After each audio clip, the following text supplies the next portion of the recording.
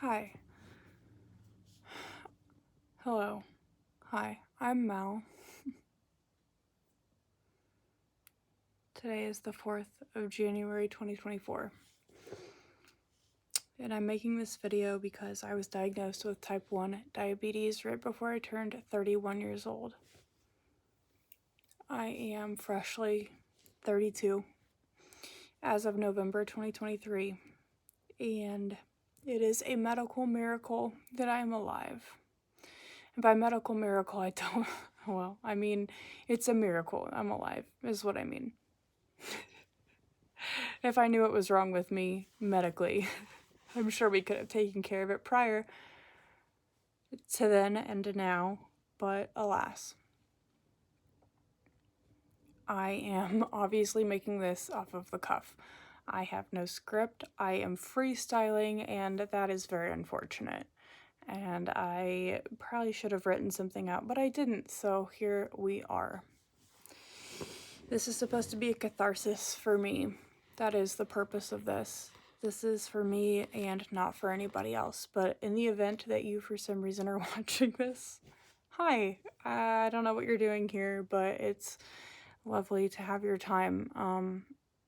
I appreciate that very much. I am making this video to try to have a catharsis from my experience of long-term chronic illness that I did not understand and could not figure out what to do about it for the last 11 years of my life.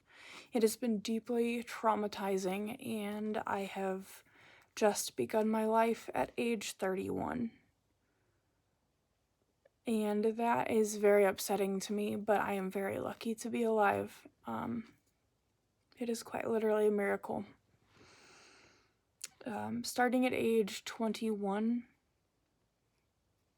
a few months before 21 in fact, I started getting MRSA infections, which is methicillin-resistant Staph aureus infections. It is a bacterial infection. They are very deadly if they are not treated, especially the methicillin-resistant ones, as they are resistant to most antibiotics.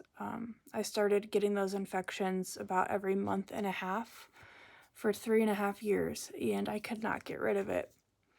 It almost killed me several times, but it did not, and I'm extremely lucky for that.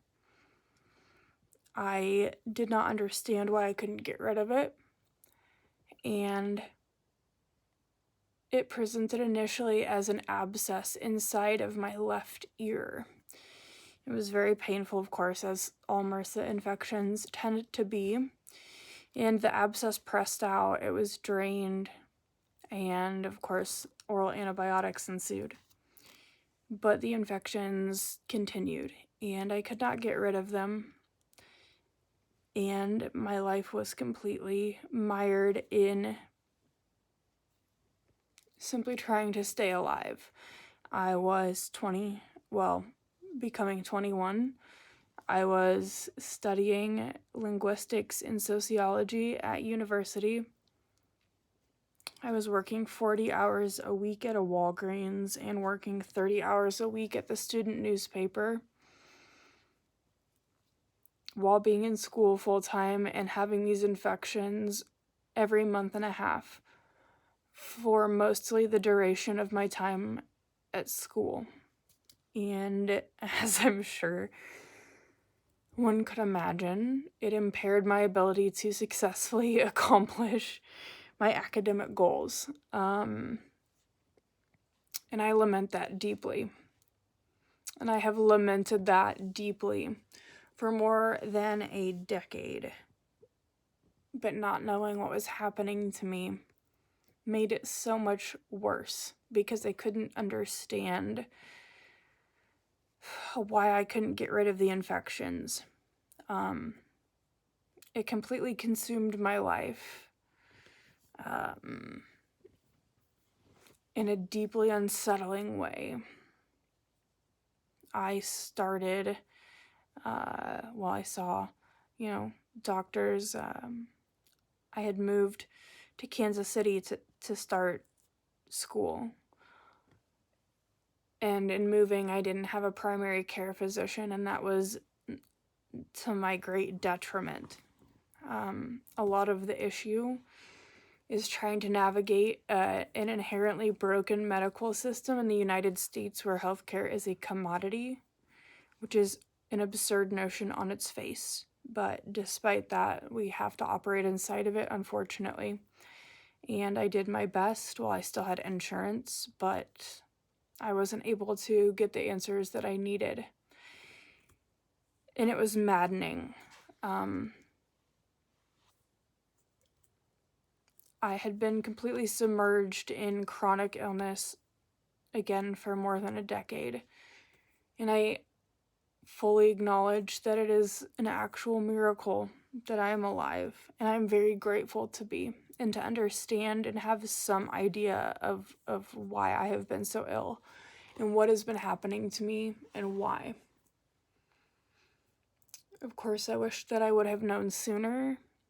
My life trajectory would be entirely different.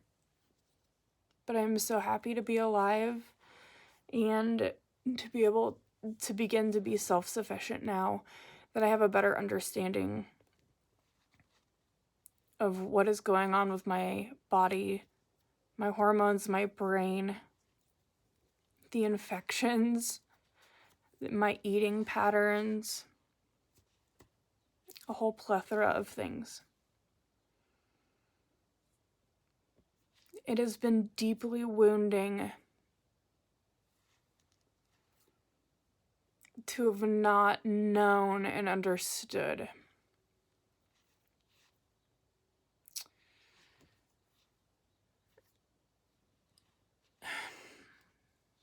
Of course, this isn't easy to talk about. If it was easy to talk about, then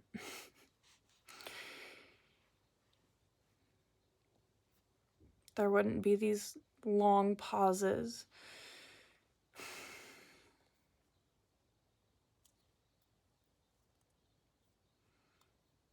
When the infection started, I was absolutely certain that it was a finite thing. But after like the 10th infection, my zeal for life certainly started to flicker out because I couldn't figure out why I couldn't get rid of it. And so it became something where the onus of responsibility was on me, that I wasn't being clean enough, that I wasn't following medical advice properly enough. And so I saw infectious disease specialists, wound care specialists, many specialists.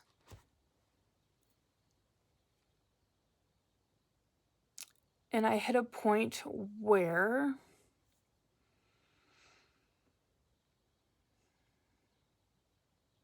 I started skipping classes to stay at home for multiple hours on a daily basis to bleach my apartment.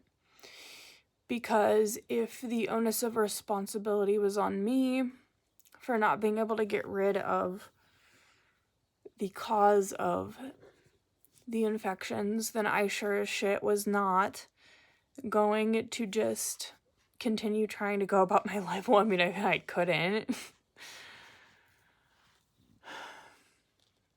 I wasn't doing well at being alive, obviously. And it consumed me entirely. I was not mentally equipped to deal with these things, and I felt very alone in the process. I did not have the support that I desired after so many recurring infections. And expressing my hopelessness to my parents, I received a response like, "Oh, well, you must be wishing the infections on yourself," which, of course, is so cutting edge, and we definitely know that's how science and bacterial infections work. And so I had sort of just resigned myself to stay alive out of obligation, but with the undulating undercurrent of hope that I would figure out what was wrong with me before dying, and I did. But at great personal cost, and at great cost to people who I loved, people who I still love, and people who I've met since then.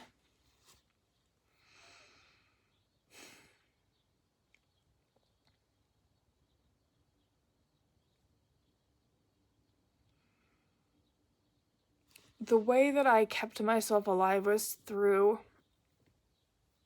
a long-term trial and error ordeal. And the more that I have learned about diabetes, type 1 and type 2 are drastically different, I have learned as well.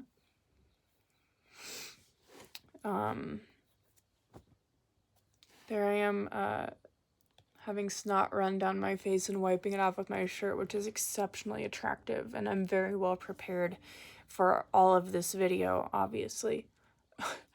In the trial and error of keeping myself alive,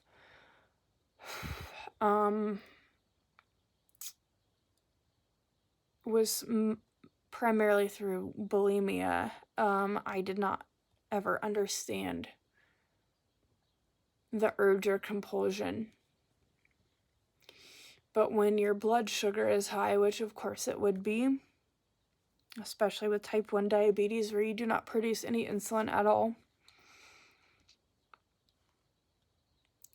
whenever your blood sugar is high, which it inevitably will be because you don't produce insulin to bring your blood sugar down, when your blood sugar is high, your body will purge sugars by vomiting. And I took note of that, and I followed suit for a very long time. But I maintained a bare subsistence through a strange mix of poverty,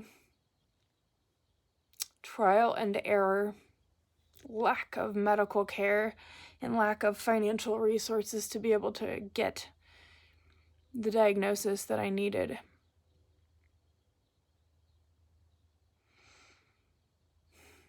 I became too sick to be able to stay in school, but I tried my damnedest. I did.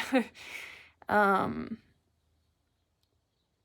was in the hospital a lot, which is curious because in being in the hospital, you would assume that these things would be caught.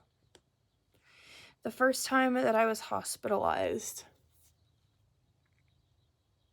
aside from the infections that I could not get rid of, which I had a whole array of abscesses. There were some very popular sites I would press out from. The initial one was from inside my left ear.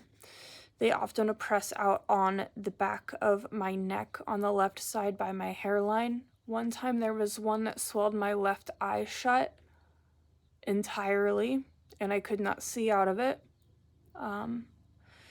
There was another one, my left breast, I had to have tissue removed and a shunt sewn into it to drain the infection out. There were 3 on my head where the tissue had to be removed and I lost my hair.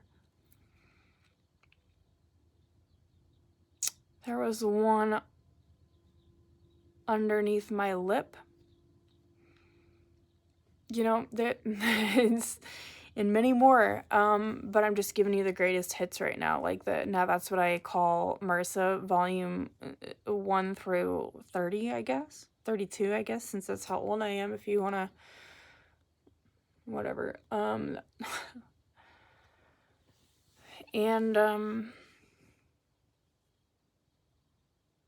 I am allergic to amoxicillin, and so that also eliminates a potential antibiotic that I could take to get rid of these infections, and taking the same antibiotics to get rid of them will create resistance to that antibiotic, and so the rotation was becoming difficult because rotating antibiotics is critical to make sure the infection can be eliminated by that antibiotic.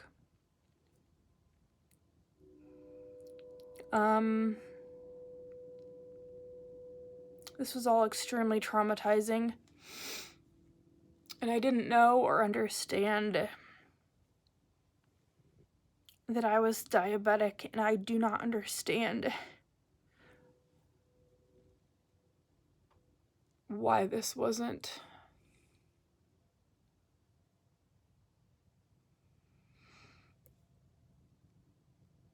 properly caught or observed sooner. But I know a lot of it is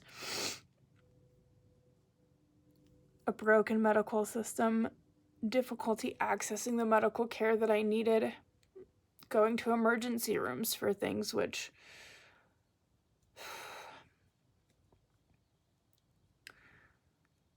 and so it got to a point where, yeah, around age like 24, I mean, the hopelessness, I was so thick with it. It was rife, it was permeating, impenetrable even.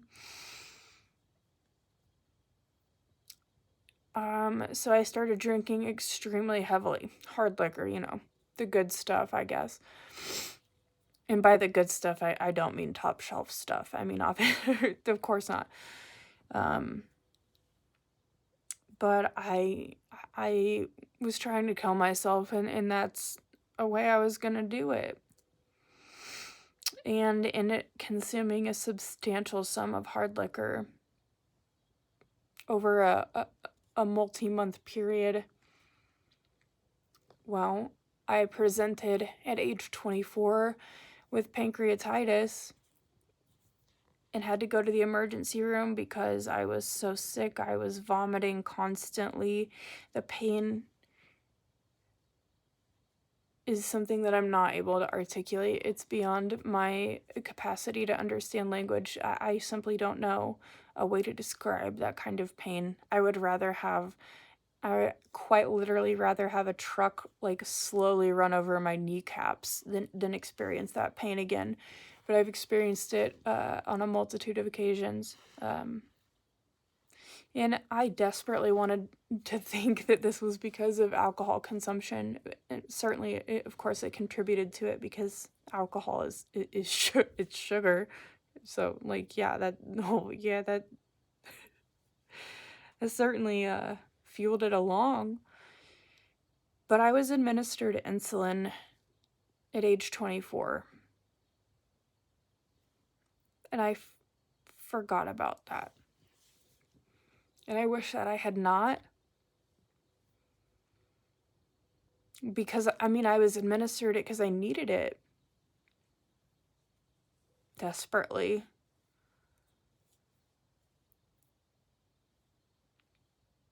And I tried to follow up with appointments, but I didn't have insurance anymore. So going to free clinics, I was quite literally told that I had too many problems for them to figure out what was wrong with me. And a systemic illness will do that to you, especially when you don't present with the proper antibodies. You're not going to run into a lot of type 1 diabetics who present at a later age. It is very rare. And then I found out later on that pretty much everyone on my mom's side of the family has diabetes, and I am so angry. And I am not accustomed to being angry, and I don't know what to do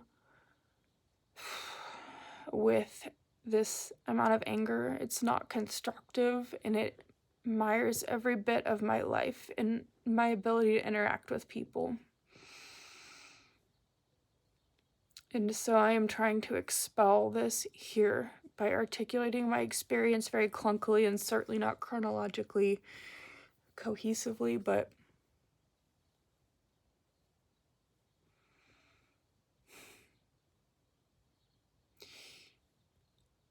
the person who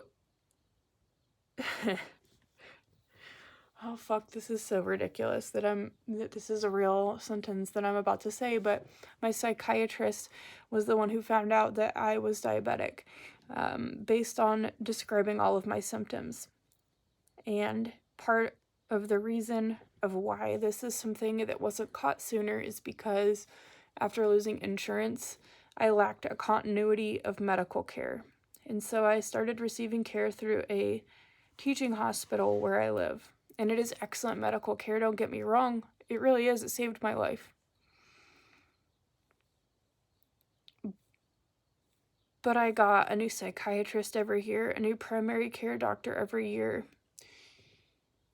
And with constantly high blood sugar, well, it wasn't constant, but pretty often. I couldn't afford to eat more than once a day, so it's not like my sugars were outrageous. I didn't drink sugar soda or anything like that. But when my psychiatrist had a suspicion and tried to test my blood sugar, it was so high that your glucometer, your average one, it couldn't read it. So he said to me, well, I don't mean to alarm you, but this can't read your blood sugar. You need to go to the emergency room. And I was like, what does that mean? I didn't know anything about diabetes. I don't know anyone with diabetes, or I didn't think that I did, but apparently I have a whole side of the family that's diabetic, which would have been excellent to know. And my A1C was 13.8.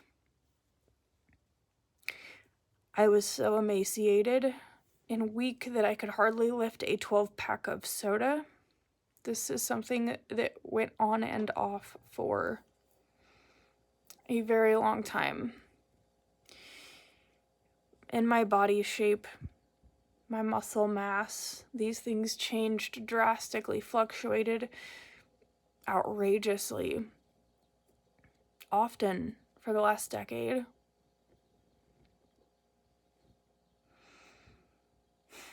And I understand that there are medical anomalies. Of course they occur, and I am obviously quite literally evidence of this. But knowing that it's something that could have been so manageable is deeply wounding, deeply upsetting to me. I lost a third of my life trying to understand what was happening to me, to grapple with it, to keep myself alive. Every day has felt sincerely like an emergency, where I didn't know if I would be alive the next day or not.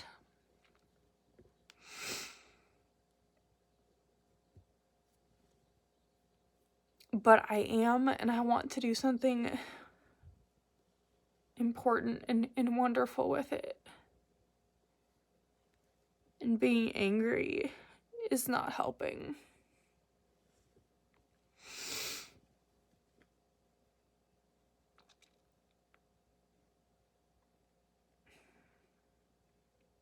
Once I started insulin, my life changed immediately. I have never in my life had hips or an ass. I have incredible hair regrowth. I mean, my knockers have gotten so large that my clothes don't fit me properly. I mean, right on, I guess, but my body and brain chemistry have changed drastically. My clothes all fit me differently. And these aren't bad things, it's just alarming to me. I mean, having an ass is crazy now. Like, when I move through space, it's so different. One time I bent over and knocked over a TV tray with the ass I forgot I had, and so, I mean, okay. But, that's fine. It's just different to see all these changes. I immediately was able to start working. I couldn't work prior. I was so exhausted, irritable, couldn't keep my eyes open, weak, couldn't think clearly. It's like my brain felt like my skull just felt like it was just completely full of gravel or broken glass all the time from high blood sugar. But I just didn't understand what was happening to me.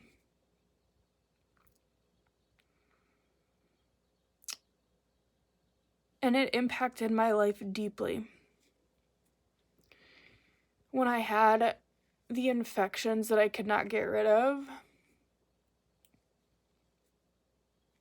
this was back when I was probably 23, I got fired from my job at Walgreens because I had a surgery on my tit. Nice. Because I had a MRSA cyst press out and had to have tissue removed and a shunt sewn in, and it was stitched into my tit tissue to drain out the infection. So I couldn't lift my arm lest it break the stitches, so I couldn't work because, well, I don't know. You have to move around, stock shelves, whatever. You get it. And that upon, inconsistent attendance for medical problems, of course, I was fired, and I understand that, but that led to, well, not being able to afford a place to live with my, at the time, fiance while I was trying to get through school, working full-time at Walgreens and at the newspaper. So we got evicted from our apartment. I lived in my car in the parking garage of my school. I started to collect people's carts outside of Aldi because, well, to get a cart, you have to put a quarter in there, so you don't, run off with the cart or whatever. So I would try and collect people's carts and take the quarters so I could at least afford a pop-top can of soup to be able to eat at least once a day.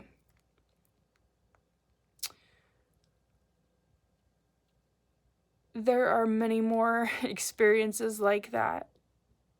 I have lived on the margins of society because I don't know how to ask for help and did not know what was wrong with me and could not figure it out. And if I had known more about diabetes, what it was, what it entailed, how it presented, that I have an entire side of the family that is rife with diabetes, then I might have had the answers, but I did not.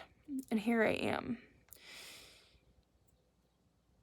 And I can't stand having this fury. It is so foreign and alien to me, and I want to excise it from me like a wound.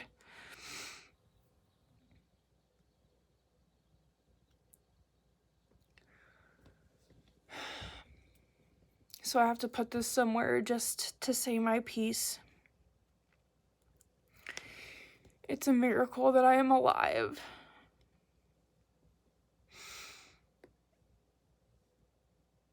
I am so happy that I am. And I want to do well for myself. I don't want people to have to help me or help support me in any way. I want to do well for myself. And no matter how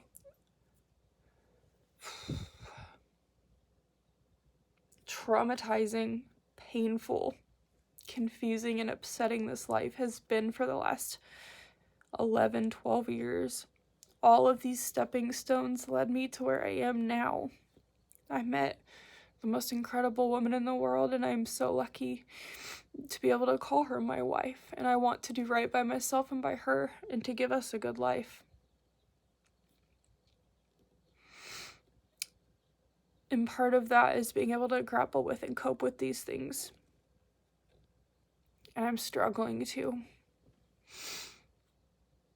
Of course, I'm in therapy.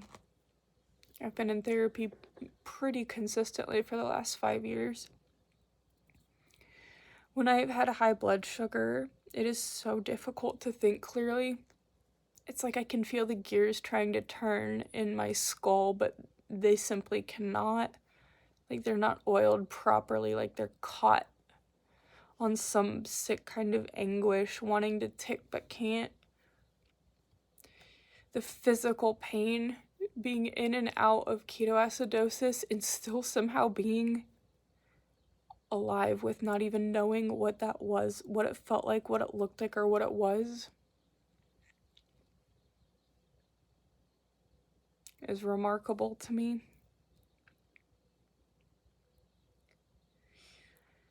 And the thing that really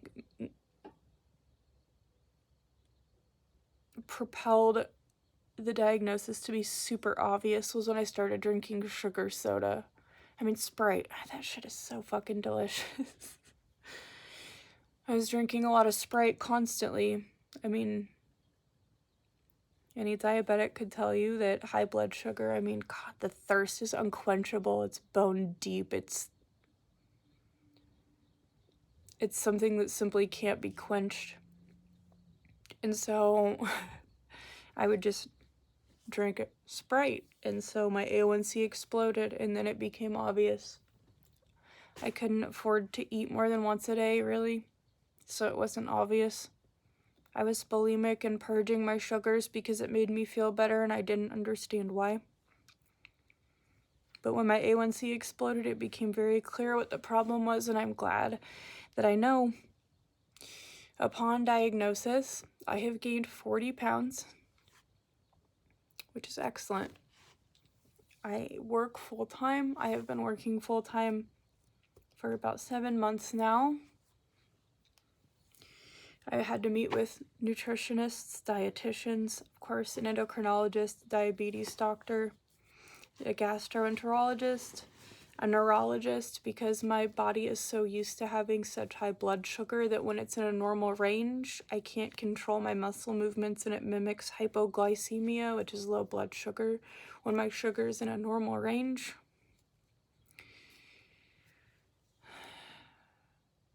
But I cut my A1C in half over a 5-month period. My doctors assumed I was a type 2 diabetic because how in the fuck would I be alive as a type 1 at my age without a diagnosis? And it's fair on their part.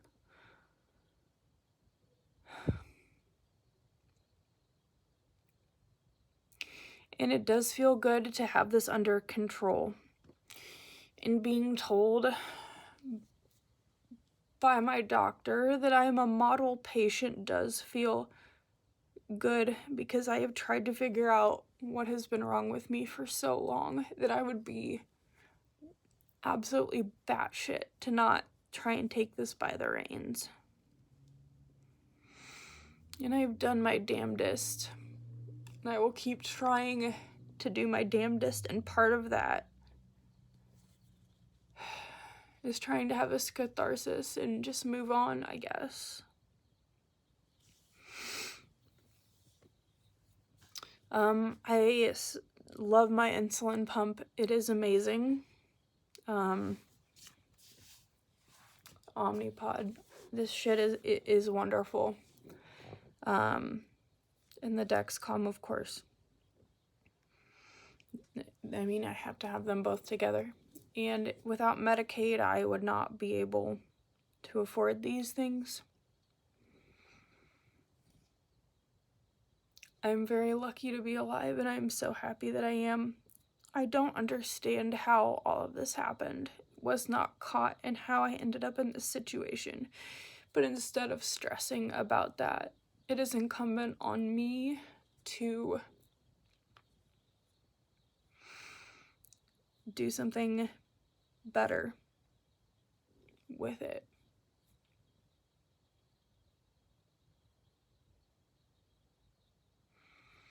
Being angry, which I don't even really know. I don't know if there's a proper way to be angry. I know there's improper ways to be angry. True crime channels can tell you all about that. But I'm not accustomed to feeling angry, and it is a very foreign thing, and I don't like how it colors the lens through which I navigate the world, and I want to expel it from me. And I have optimism, of course I do. How could I not? That I'm alive is already a lot of optimism.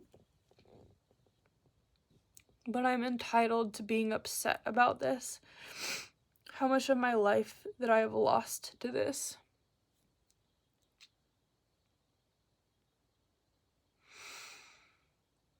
how damaged my body is from this. And of course from the bulimia.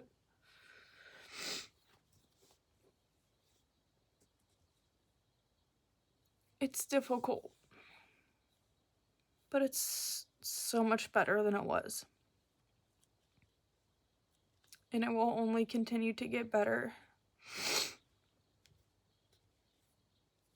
And it is my job to make sure that I continue to make sure that's the case, and I will.